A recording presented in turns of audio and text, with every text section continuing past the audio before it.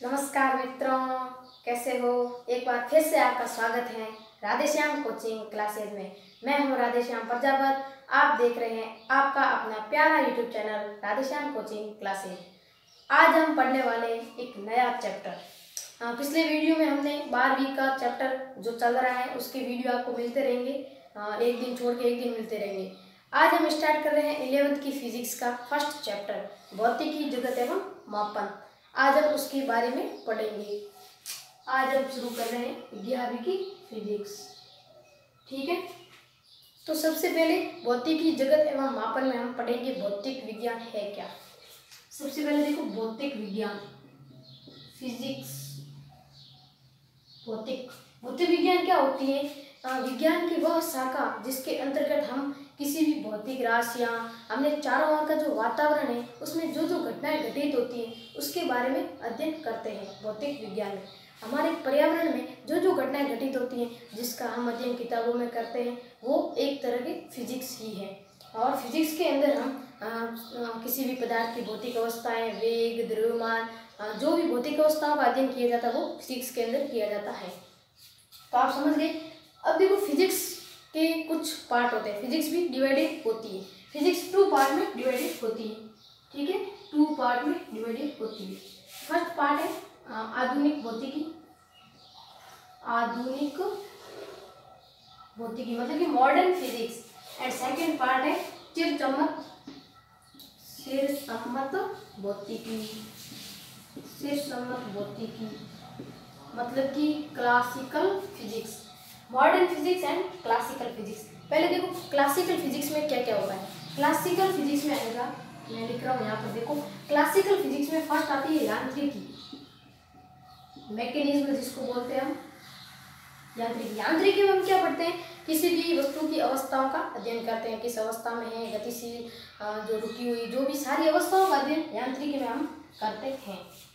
अब आगे आती है स्थितिकी, ओके, स्थितिकी जिसको हम बोलते हैं स्टैटिक। जैसे कि पहले मैंने इलेक्ट्रोस्टैटिक का जो फर्स्ट चैप्टर था 12th का वो करवाया था, वो स्टैटिक मतलब कि स्थिर वैद्युतिकी थी वो। तो इसी प्रकार की होती है स्थितिकी। इसमें क्या होता है, स्थिर वस्तुओं का अध्ययन किया जाता है, स्थिर वस्तुओं का, ठीक है। साथ साथ में आप देखते रहना। फिर आती है गतिकी क्या होती है, इसमें गतिशील जितने भी वस्तु होती है गतिशील, उनका अध्ययन किया जाता है गतिकी के अंदर, ठीक है। उसके बाद आती है ऊष्मागतिकी, सबकी मैं परिभाषा नहीं लिख रहा है, मतलब इसमें ये अध्ययन होता है, मैं आपको बता रहा हूँ, आप ध्यान रखना, ठीक है। ऊष्मागतिकी में किसका अध्ययन करेंगे हम, ऊष्मागति में किसी भी वस्तु का ताप, उसकी कितनी ऊष्मा रिलीज हुई, कितनी ग्रहण की, वो सारी ऊष्मा से संबंधित जो भी बातें हैं वो हम ऊष्मागतिकी में अध्ययन करते हैं, ठीक है। उसके बाद आती है चुंबक, विद्युत चुंबकत्व। इसके अंदर हम सारी इलेक्ट्रोमैग्नेटिक के अंदर चुंबक से संबंधित जितने भी सिद्धांत थे, चुंबक के बारे में सारा कुछ अध्ययन इसके अंदर करते हैं। चुंबक और विद्युत में जो चुंबकीय प्रेरण वगैरह सब इसमें अध्ययन करते हैं, ठीक है। उसके बाद आती है ध्वनि विज्ञान, साउंड। इसमें ध्वनि में जो ध्वनि का परावर्तन होता है, अनुरणन जो भी है वो ध्वनि में हम पढ़ते हैं। उसके बाद आती है प्रकाशिकी, ऑप्टिक्स। प्रकाशिकी में देखो किसी भी प्रकाश की जो किरण आती है, परावर्तन, अपवर्तन, विवर्तन, व्यतिकरण और लेंस और दर्पण से जो प्रतिबिंब बनते हैं उन सारों का अध्ययन करते हैं हम प्रकाशिकी के अंदर। तो ये होते हैं शेषसम्मत भौतिकी के पार्ट्स। क्या होता है, यांत्रिकी, स्थितिकी, गतिकी, ऊष्मागतिकी, विद्युत चुंबकत्व, ध्वनि एवं प्रकाशिकी, ठीक है। उसके बाद आधुनिक भौतिकी में देखो, आधुनिक भौतिकी में क्या क्या पढ़ते हैं हम। आधुनिक भौतिकी यानी कि मॉडर्न फिजिक्स, आधुनिक मतलब आज की फिजिक्स, टुडेज फिजिक्स में हम क्या पढ़ रहे हैं उसके बारे में। आज की फिजिक्स में जो पढ़ रहे हैं हम, फर्स्ट देखो आपेक्षिकता, रिलेटिविटी। आपेक्षिकता क्या होती है, मतलब जो वस्तु है उनका सारे का वेग का वगैरह अध्ययन इसमें किया जाता है। रिलेटिविटी में सारी वस्तुओं का वेग किसके बराबर माना जाता है, प्रकाश के वेग के बराबर, 3 × 10⁸, पहले भी बता चुका हूँ मैं, 3 × 10⁸ माना जाता है। सारी उन पिंडों की गतियों का जो अध्ययन है वो आपेक्षिकता में किया जाता है। उन पिंडों का अध्ययन जिसकी वेग है वो क्या होना चाहिए, प्रकाश के वेग के बराबर। उसके बाद हम पढ़ते हैं क्वांटम, इसके अंदर बढ़ते हैं क्वांटम फिजिक्स। क्वांटम में किसी भी क्वांटम संख्या आपने केमिस्ट्री में पढ़ी होगी, क्वांटम संख्या। इसके अंदर हम नवीन भौतिकी के जो भी सिद्धांत हैं, परमाणु, प्रकाश की द्वैत प्रकृति, जो भी सिद्धांत होते हैं नवीन भौतिकी के, आज के प्रकाश की द्वैत प्रकृति जो डी ब्रोगली ने दिया था, उन सभी सिद्धांतों का अध्ययन क्वांटम फिजिक्स के अंदर करते हैं। अभी तक फिजिक्स का इंट्रोडक्शन चल रहा है, ठीक है। उसके बाद आती है परमाणु भौतिकी। परमाणु भौतिकी में क्या पढ़ेंगे? परमाणु की संरचना के बारे में। परमाणु भौतिकी का चैप्टर अपने 12th में चल रहा है, यूट्यूब पे इसी चैनल पे चल रहा है अपने वो चैप्टर, तो परमाणु भौतिकी। उसके बाद इसमें क्या पढ़ेंगे? परमाणु की संरचना के बारे में। फिर आती है नाभिकीय भौतिकी। नाभिकीय भौतिकी, इसके अंदर परमाणु का जो नाभिक होता है, नाभिक के बारे में अध्ययन करते हैं, जो कि 12th में है 13वां पार्ट, 13वां या 15वां, नाभिकीय भौतिकी, ठीक है। तो ये होती है आधुनिक फिजिक्स और ये शेषसमक भौतिकी, यानी कि क्लासिकल फिजिक्स के इतने पार्ट्स होते हैं और आधुनिक फिजिक्स के भी इतने पार्ट्स होते हैं। ये तो था फिजिक्स का इंट्रोडक्शन। अब हम पढ़ते हैं भौतिक राशियाँ क्या होती है। पहले आप ये नोट कर लो। तो चलो अब हम पढ़ते हैं भौतिक राशियाँ क्या होती है। अब पढ़ते हैं भौतिक राशियाँ। भौतिक राशियाँ,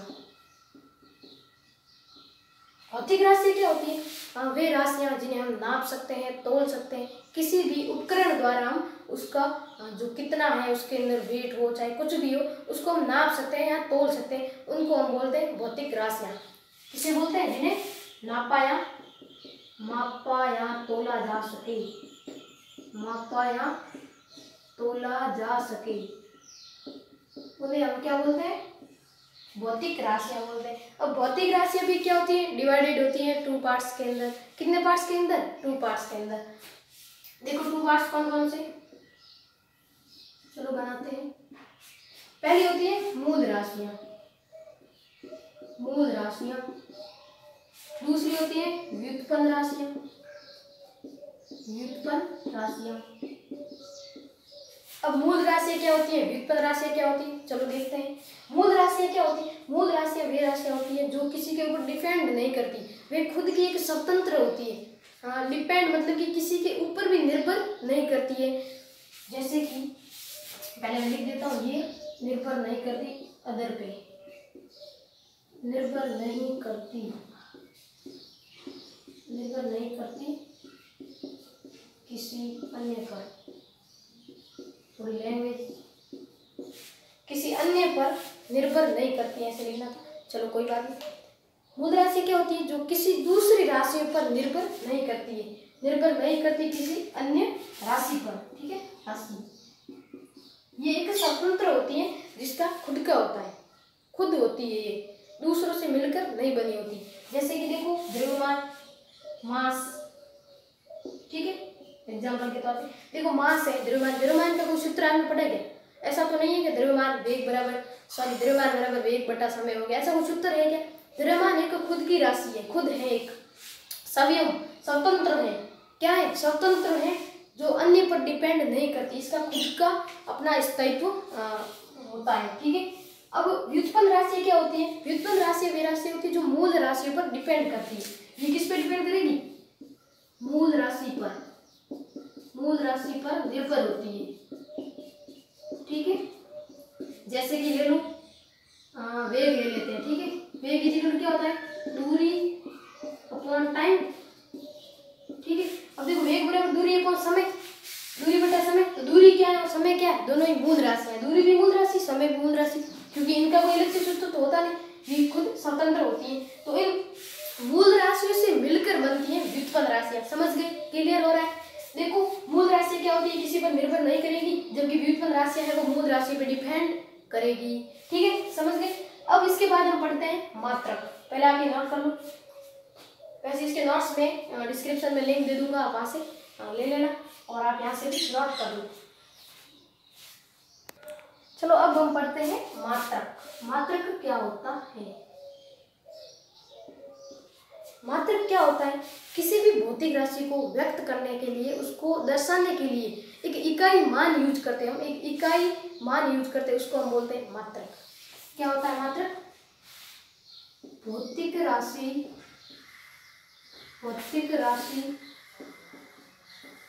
को दर्शाने में प्रयुक्त इकाई मान। ठीक है, भौतिक राशि कैसे, जैसे कि आप कोई भी भौतिक राशि ले लो, बल ले लिया, ठीक है। अब बल को हम किस में दर्शाएंगे उसको, जैसे कि मेरे पास 5 आ गया, बल कितना है कि 5 क्या है, उसको दर्शाने के लिए हम इकाई मान यूज करेंगे, जिसके अंदर एक निश्चित बल की मात्रा होती है। एक उस इकाई मान को हम क्या बोलते हैं, मात्रक। जैसे कि बल के लिए हम क्या यूज करते हैं, न्यूटन। न्यूटन के अंदर एक फिक्स बल की मात्रा होती है, 1 न्यूटन में इतने होंगे, 1 न्यूटन में इतने होंगे, तो इसलिए हम इकाई मान यूज करते हैं, उसको हम बोलते हैं मात्रक। जैसे कि बल के लिए न्यूटन, लंबाई के लिए मीटर, 1 मीटर में एक फिक्स होते हैं, 1 मीटर में 100 सेंटीमीटर होंगे, फिक्स है। सब जगह जितने भी मापन करेंगे हम दूरियों का, वो सब मीटर में करेंगे, ठीक है। तो एक फिक्स मान ले लेते हैं कि इस मान से ही सबका मापन होगा, वो होता है मात्रक। किसी भी राशि को दर्शाने के लिए प्रयुक्त इकाई मान को हम क्या बोलेंगे, मात्रक। ठीक है, क्लियर हो गया। अब हम पढ़ते हैं मात्रक कैसे। देखो मात्रक क्या होना चाहिए, मात्रक की कुछ विशेषताएं देख लेते हैं। मात्रक क्या हो, सर्वमान्य होना चाहिए। सर्वमान्य मतलब कि सब जगह मान्य होना चाहिए। ऐसा मात्रक होना चाहिए किसी भी भौतिक राशि का कि वो सब जगह मान्य हो, मतलब कि सब जगह एक ही मात्रक यूज किया जाए, सभी जगह उस मात्रक को माना जाए। सर्वमान्य होना चाहिए, उचित आकार होना चाहिए, उसका उचित आकार होना चाहिए, और कोई भी मात्रक है वो किसी भी बाह्य भौतिक राशियों से प्रभावित नहीं होना चाहिए, जैसे कि दाब, ताप, समय, बाह्य कारकों से प्रभावित नहीं होना चाहिए, समय आदि से प्रभावित न हो। ठीक है, तो ये मात्रक की विशेषताएं होती है। मात्रक सभी जगह मान्य होना चाहिए, उचित आकार होना चाहिए। तो मात्रक के बारे में हमने ये पढ़ा, दाब, ताप, समय आदि से प्रभावित नहीं होना चाहिए। अब देखो मात्रक जो है वो किसी भी भौतिक राशि के हम पीछे लिख के रख करते हैं, भौतिक राशि के पीछे। जैसे कि भौतिक राशि है मेरी, ये भौतिक राशि, ठीक है, इसकी यहाँ भौतिक राशि लिखी जाएगी, उसका परिमाण लिखा जाएगा, यहाँ जो लिखा जाएगा वो होगा मात्रक। मात्रक को हमेशा पीछे लिखते हैं। देखो मात्रक जो है वो उसके संख्यात्मक मान होगा भौतिक राशि का, उसके व्युत्क्रमानुपाती होता है। देखो कैसे, माना n है वो संख्यात्मक मान है, परिमाण कोई भी, जैसे कि बल था हमारे कितना आया 5, तो 5 है वो n है, तो n, और ये है संख्यात्मक मान, और म्यू मैं ले रहा हूं इसका मात्रक। ठीक है, तो संख्यात्मक मान के व्युत्क्रमानुपाती होता है मात्रक। कैसे, देखो कोई भी भौतिक राशि का संख्यात्मक मान लिया हमने n, फिर उसके पीछे क्या लिखेंगे, मात्रक। ये जो मात्रक के साथ है, जैसे कि 5 kg लिखा हमने, तो ये क्या है, कांस्टेंट राशि है, एक नियतांक है, तो इसको हमने लिख दिया कांस्टेंट। अब देखो n इक्वल टू क्या हो जाएगा, कांस्टेंट अपॉन म्यू। तो देखो n क्या हो गया, n व्युत्क्रमानुपाती हो गया ना म्यू के, तो इसका जो संख्यात्मक मान होता है वो व्युत्क्रमानुपाती होता है मात्रक के। भौतिक राशि का संख्यात्मक मान मात्रक के व्युत्क्रमानुपाती होता है। तो ये था मात्रक के बारे में। अब देखो मात्रक की कुछ पद्धतियां होती हैं, वो हम पढ़ते हैं। पहले ये नोट कर लो। देखो भौतिक राशियों की पद्धतियां हम पढ़ते हैं, अलग अलग देशों में अलग अलग वैज्ञानिकों ने अलग अलग पद्धतियां दी। तो देखो 3 पद्धतियां होती है, कितनी होती है, 3। 1 होती है MKS, second CGS, third FOPS। ठीक है, देखो ये 3 पद्धतियां होती हैं अलग अलग इस मात्रकों का मापन करने के लिए। देखो फर्स्ट जो होती है उसमें क्या होगा, इसमें होगा द्रव्यमान जो होगा वो होगा ग्राम में। ठीक है, देखो सॉरी किलोग्राम में, वेरी सॉरी, किलोग्राम में। और जो लंबाई यानी कि लंबाई जो होगी वो होगी MKS, मीटर में। ठीक है, और जो समय होगा वो होगा सेकेंड में। MKS का मतलब देखो एक बार समझो, द्रव्यमान जो बीच वाला है K, उसको द्रव्यमान को रिप्रेजेंट करता है। मैंने थोड़ा क्रम उल्टा ले लिया, कोई बात नहीं। K मतलब कि किलोग्राम, द्रव्यमान किस में लेना है, किलोग्राम में, एम के एस पद्धति में। और टाइम किस में लेना है, सेकंड में, एस। और एम का मतलब मीटर, यानी कि लंबाई हमको मीटर में लेनी। ओके, इसके बाद सीजीएस पद्धति क्या होती है, इसके अंदर अपन को सेंटीमीटर में लेनी है दूरी, ठीक है। लंबाई किस में लोगे, सेंटीमीटर में, देखो सी है।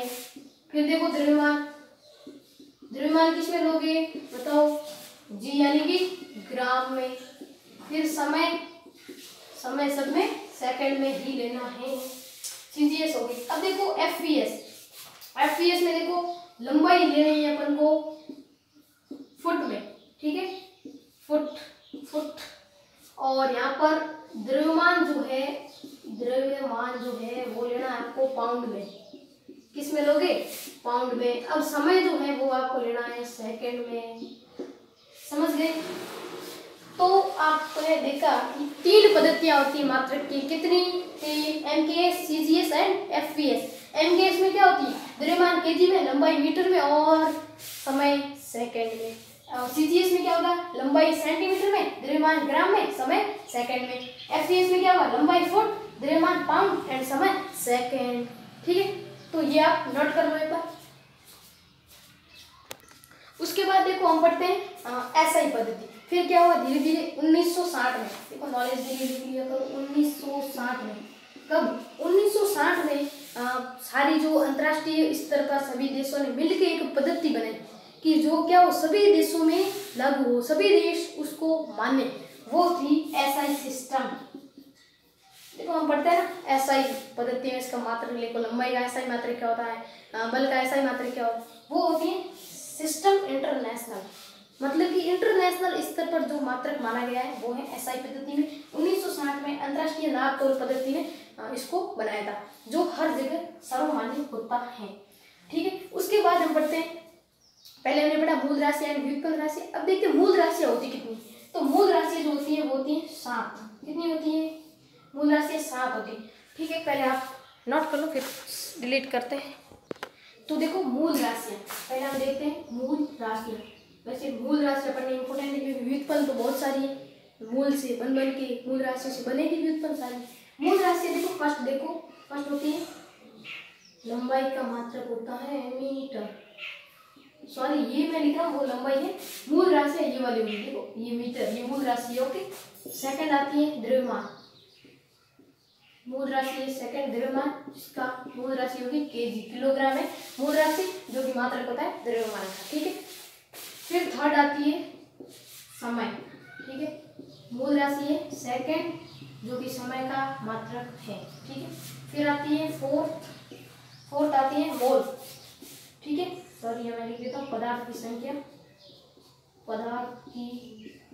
संख्या, मोल है वो क्या है, मूल राशि है।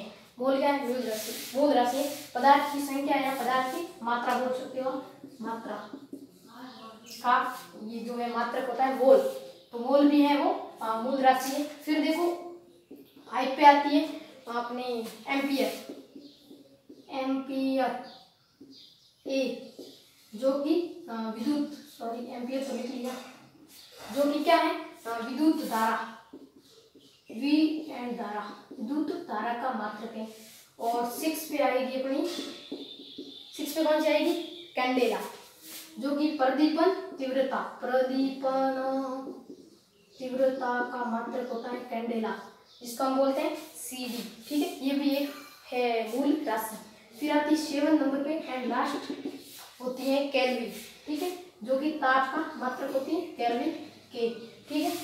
तो ये होती है मूल राशियाँ। कितनी होती है मूल राशियाँ, 7। कितनी होती है, कोई पूछेगा मूल राशियाँ कितनी होती है, 7। कहीं भी क्वेश्चन आ सकता है, जिस कंपटीशन एग्जाम में हो, साइड बोर्ड में हो, कहीं भी आ सकता है। मूल राशि होती है 7। लंबाई मीटर केजी, मतलब मीटर किलोग्राम सेकंड, और मोल एम्पियर कैंडेला एंड केल्विन, ठीक है। ये कैंडेला, इसको क्या बोलते हैं, कैंडेला, ये होती है केल्विन, ओके क्लियर हो रहा है, ठीक है। अब व्युत्पन्न राशि क्या होती है, व्युत्पन्न राशि तो वैसे बहुत होती है, फिर भी मैं आपको बता देता हूँ होता क्या है व्युत्पन्न राशियाँ। व्युत्पन्न राशि जैसे कि वेग, जिसको हम बोलेंगे दूरी बढ़ता समय। ये क्या होगी दूरी बढ़ता समय? बल ले लो, न्यूटन, कुछ भी ले सकते हो आप, ठीक है। कार्य ले लो, ये सारी मूल राशियों से मिलके बनेगी, ठीक है। तो ये होती है व्युत्पन्न राशियां एंड मूल राशियां। तो आज हमने पढ़ा मूल राशियां, व्युत्पन्न राशियां, फिजिक्स क्या है, कितने पार्ट में डिवाइडेड है, और मात्रक क्या है, सर्वमान्य होता है सभी जगह, एक ही मात्रक प्रयुक्त होता है चाहे कहीं भी जगह हो। मतलब आज हमने पूरा 11वीं जो फिजिक्स का फर्स्ट चैप्टर था उसका जो 1 पार्ट था, पहला भाग था, जो आज हमने अच्छी तरीके से पढ़ा। आशा करता हूँ आज का वीडियो आपको अच्छा लगा होगा और आज का टॉपिक आपको अच्छे से समझ में आया होगा। अगर आपको टॉपिक अच्छे से समझ में आया है, वीडियो अच्छा लगा हो तो लाइक जरूर कर देना और चैनल को सब्सक्राइब करना ना भूलना और आगे से आगे शेयर कर देना। Best of luck.